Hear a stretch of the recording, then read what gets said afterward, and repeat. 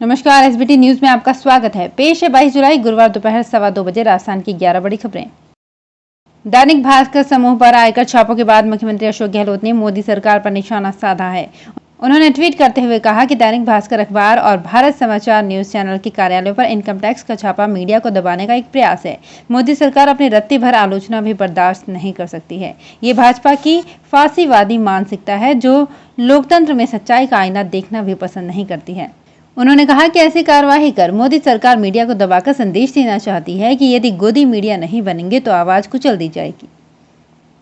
High court ने RAS भर्ती 2018 की मुख्य परीक्षा के परिणाम के खिलाफ दायर 186 अभ्यर्थियों की याचिका खारिज कर दी। जस्टिस इंद्रजीत सिंह ने जयश्री शर्मा और 185 अन्य की याचिका खारिज करते हुए कहा कि प्रार्थियों ने चयन प्रक्रिया में शामिल होने के बाद भर्ती प्रक्रिया को चुनौती दी है, जबकि सुप्रीम कोर्ट तय कर चुका है कि चयन प्रक्रिया पूरी होने के पहले अभ्यर्थियों को उत्तर कुंजी उपलब्ध नहीं कराई जा सकती। राजस्थान लोक सेवा आयोग के पूर्व सदस्य एसपीएस नांगल ने आरएएस भर्ती में इंटरव्यू की अनिवार्यता की वकालत की है, लेकिन इस प्रक्रिया में और पारदर्शिता लाने के लिए वीडियोग्राफी कराने का सुझाव भी दिया है।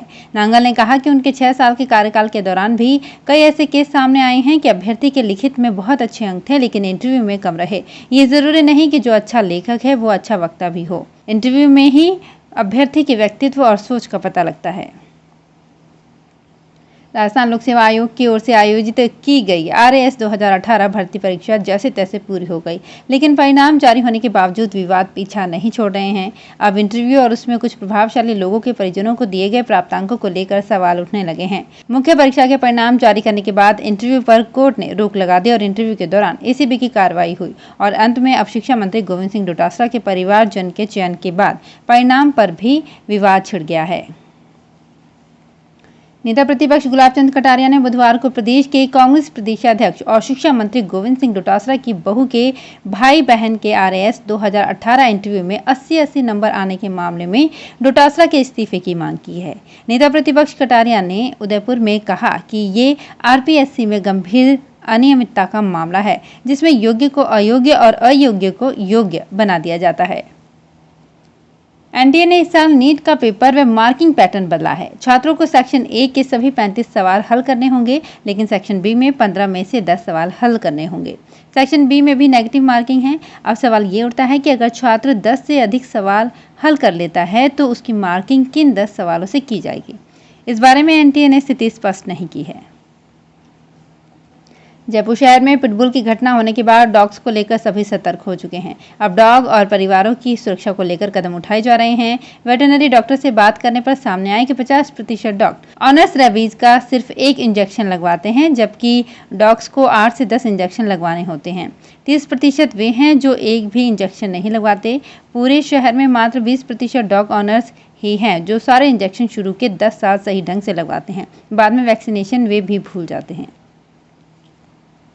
राज्य में अब निजी खातेदारी में खातेदारों के रजिस्टर्ड सहमति धारकों को भी खनन पट्टा व क्वारी लाइसेंस जारी किए जा सकेंगे। इस संबंध में अधिसूचना जारी कर नए प्रावधान लागू किए गए हैं। खान मंत्री प्रमोद जैन भाया ने बताया कि खान विभाग की बजट घोषणा को अमली जामा पहनाया गया है। इसमें आवश्यक संशोधन करने से खनन गतिविधियां और अधिक पारदर्शी और सहभागितापूर्ण बनाई गई हैं।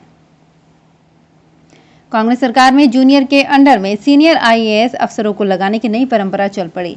4 माह पहले ही अन्य सेवा से आईएएस में प्रमोट हुए मंत्री ममता भूपेश के पति घनश्याम बैरवा को 2010 बैच की प्रमोटी आईएएस अनुप्रेरणा कुंतल का बॉस बना दिया गया है, जबकि 2010 बैच के ही प्रमोटी आईएएस लक्ष्मण सिंह को इसी बैच के जूनियर महावीर प्रसाद को उनके ऊपर लगाया गया है। शिकायत करने पर किसी स्तर पर सुनवाई नहीं हो रही। देश में सर्वाधिक महंगी बिजली का नुकसान अब भिवाड़ी के उद्योगों को भी उठाना पड़ रहा है। पड़ोसी राज्यों के मुकाबले महंगे रेट के चलते भिवाड़ी के स्टील उद्योग पलायन कर रहे हैं। करीब 10 बड़े उद्योग बंद हो चुके हैं। इससे सरकार को तो राजस्व का नुकसान हुआ ही है, साथ ही 3000 से अधिक लोग बेरोजगार भी हो गए हैं। स्टील में सबसे बड़ा औद्योगिक क्षेत्र पंजाब की गोविंदगढ़ में है। अपने वाहनों के कर चुकता प्रमाण पत्र के लिए वाहन मालिकों को परिवहन कार्यालय नहीं जाना पड़ेगा।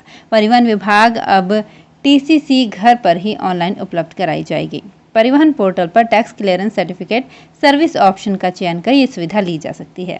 परिवहन आयुक्त महेंद्र सोनी ने बताया कि प्रदेश के अधिकांशतः वाहन मालिक टेक्नो फ्रेंडली हैं।